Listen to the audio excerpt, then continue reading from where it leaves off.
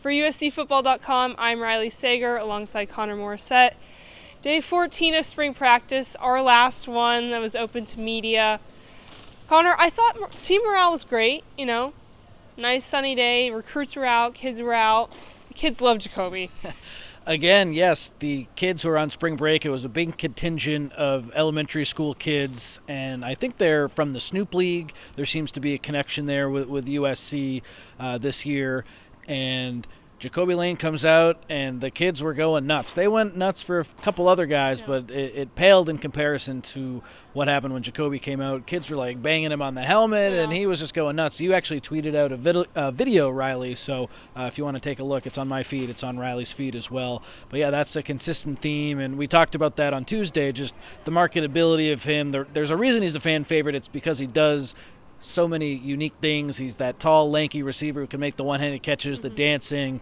He's a fan favorite, and I'm really looking forward to seeing what he can do this year. Yeah, of course, kids were also going crazy for the quarterbacks. Yes. So Jaden Mayava and Sam Heward were coming out. So it was great to see, just they're on spring break. They're getting the team ready for practice, boost morale. So that was great to see. Any other observations from practice itself? One other thing with the kids, one of the ball boys at USC was playing catch with them, and one of the coaches said, "Stop doing that. You'll be here for an hour. You cannot play catch with these kids." They were. It was really funny. Like, you just remember being a kid and you wanted to play catch. So yeah, that was interesting to see. So Chris and I thought we saw what we thought was a transfer portal visitor, and we got all, excited. Who is this mystery guy? He wasn't wearing a lanyard when he first walked by us.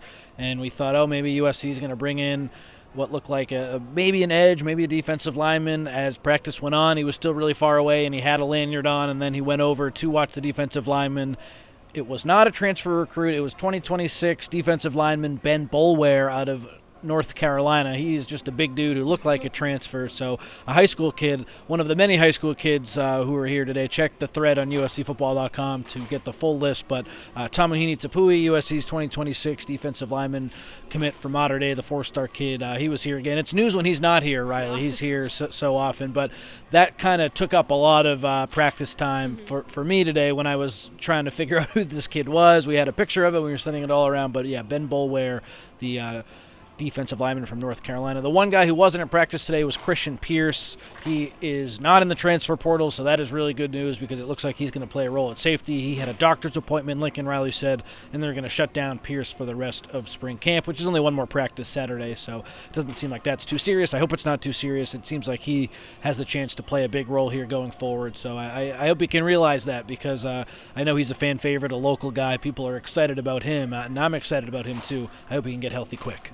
Connor, we sit outside practice, watching the guys come out of the tunnel. We see the recruits. What have you noticed specifically about this spring that's been different? Oh, where to begin? Just the volume of kids who are here and kids who show up repeatedly. I mean, Tom's been here so much, but I interviewed 5-star 2027 cornerback Duvet Williams last night for a story that will be out tomorrow, and he said he's been to USC 6 or 7 times in the last calendar year. It's just different. The repeat visitors is something Gerard talks a lot about, how a kid might come to campus once and it's great you got him on campus, but if they come back a second time, that is clear interest, and that's significant. And this new staff with Chad Bowden, Dre Brown, Max Steinecker, Zaire Turner, and Weston Zernical, Skylar Pham, who were here before and got promotions, that's been a big emphasis from them, and that's why USC has the number 1 class in 2026 and is doing such a good job getting a lot of guys to pop back up. Ryder Lyons, who, his brother's on the team, but he's being heavily pursued by Michigan and Ole Miss and Oregon, and he's popped up a bunch of times. He's going to be back on campus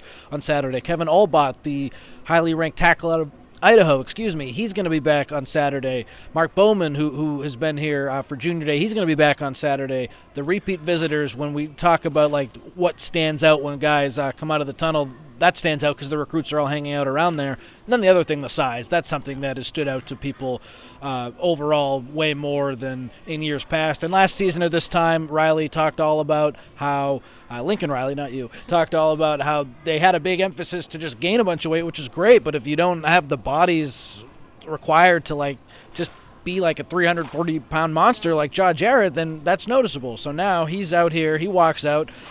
all the coaches of the youth players were like, who's Zero? This guy is huge. And when I've talked to people who have watched practice outside the viewing period, they say the team looks like how you want a USC team to look. So, yeah, I think the volume of the recruits and the size of these guys, you could gain all the weight you want, but if you don't have the body types needed to really compete at the highest level, that's going to be still apparent. So that's been a huge switch, too. The guys are huge. Yeah, no, I'm glad you mentioned Jamal Jarrett.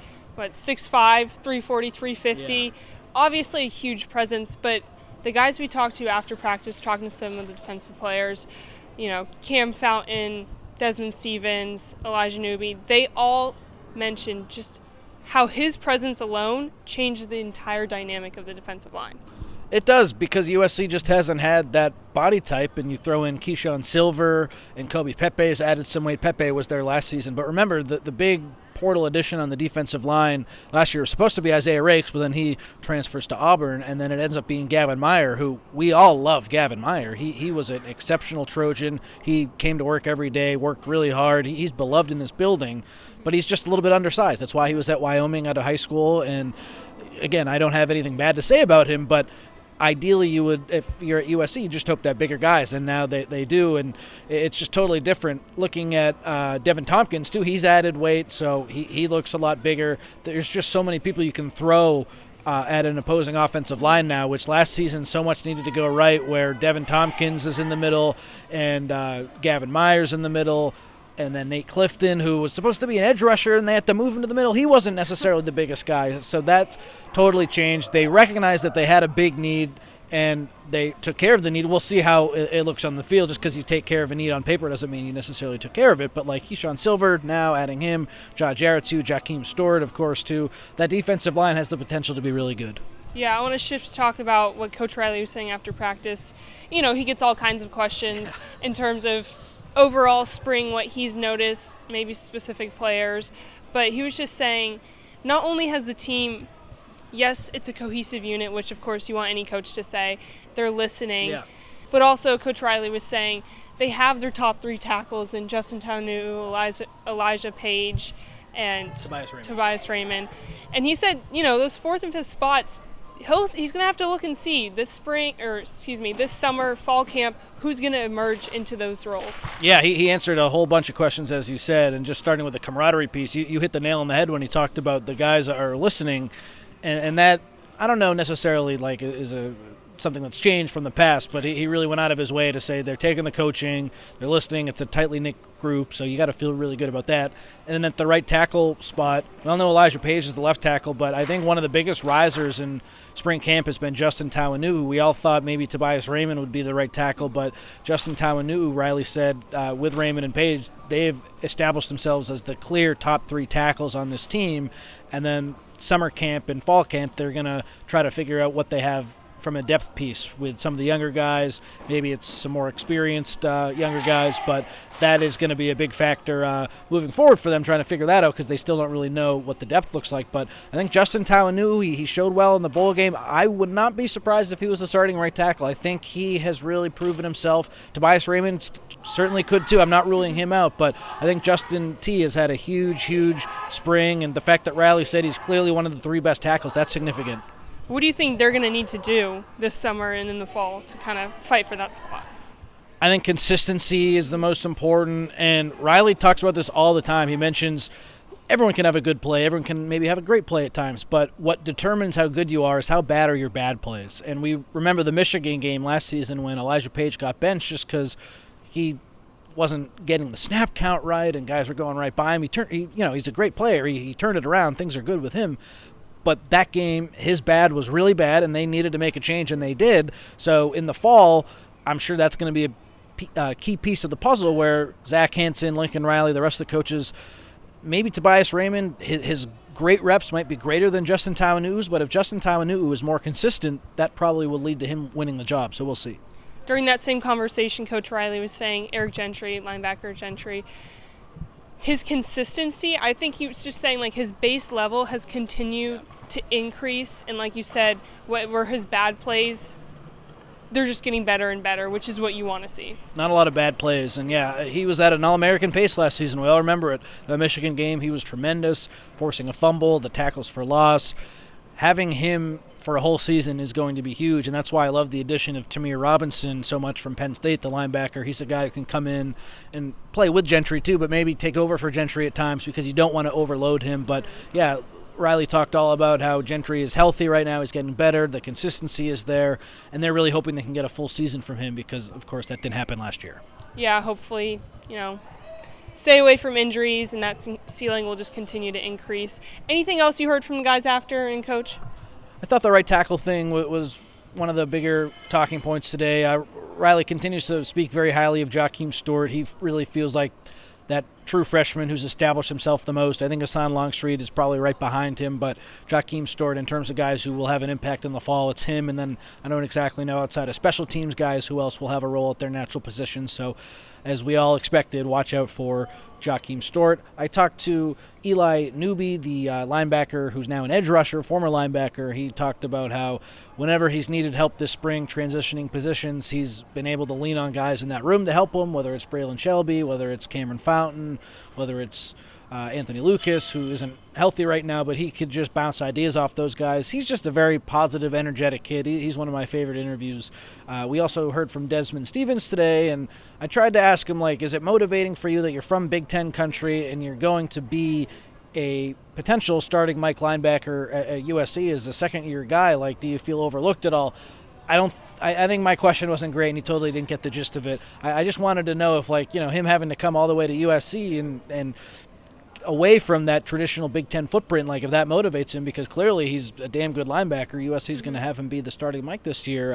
And he just talked about how he was really happy during his recruitment that USC was going to the Big Ten because he's familiar with a lot of those programs. But I do think that's huge, the fact that USC went into Big Ten country and they plucked a kid who wasn't the highest ranked linebacker, but they saw something with him, and now he's going to be the starting Mike. Hopefully he has a really big season. It looks like the coaching staff thinks he will. The fact that he's talked a couple of times this spring is significant. Not everyone talks, of course, so he seems like he's developing as a leader, and they have really high hopes for him. Yeah, just getting integrated into the culture, into the routine, whether that's doing media afterward, just immersing himself with the other players. And back to Newby, yeah. I like what he said about after practice, the guys hang out in the locker room for an hour and a half afterward. I mean, they're just hanging out, catching up. That's great to see. It is, and he said at the end of spring they're going to have a party in the locker room with dancing, and the music will be really loud. Yeah. The camaraderie seems really good, and that's something that we've seen in years past. And, of course, during the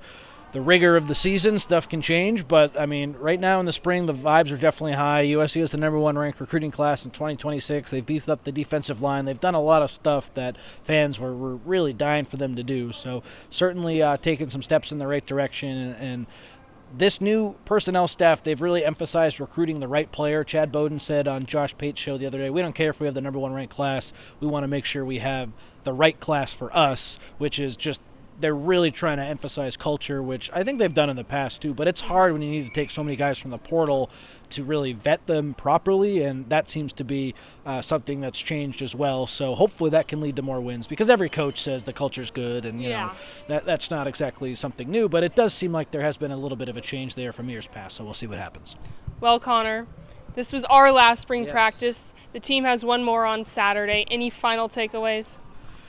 I wish we could see the spring game isn't happening, so I think the Saturday practice is open to families of the players and donors, and then it's going to be a very popular destination for top high school recruits. They're doing the Trojan Olympics, I think it's called. Chad Bowden, I think, came up with that, so a little fun end of spring situation for some of these recruits. I think Chris is actually going to show up on Saturday and just take some photos because so many people will be here, so be on the lookout for that. He'll definitely have updates on our board, on Twitter, on everywhere that he posts. So final thoughts, I think it's been a solid spring. Jaden Mayava seems like the quarterback. The right tackle position is still up in the air. That was something we were looking at. Cornerback is still up in the air, but I like the options there. I'm glad they added Tamir Robinson from the portal to help at linebacker. A lot of boxes are checked for me.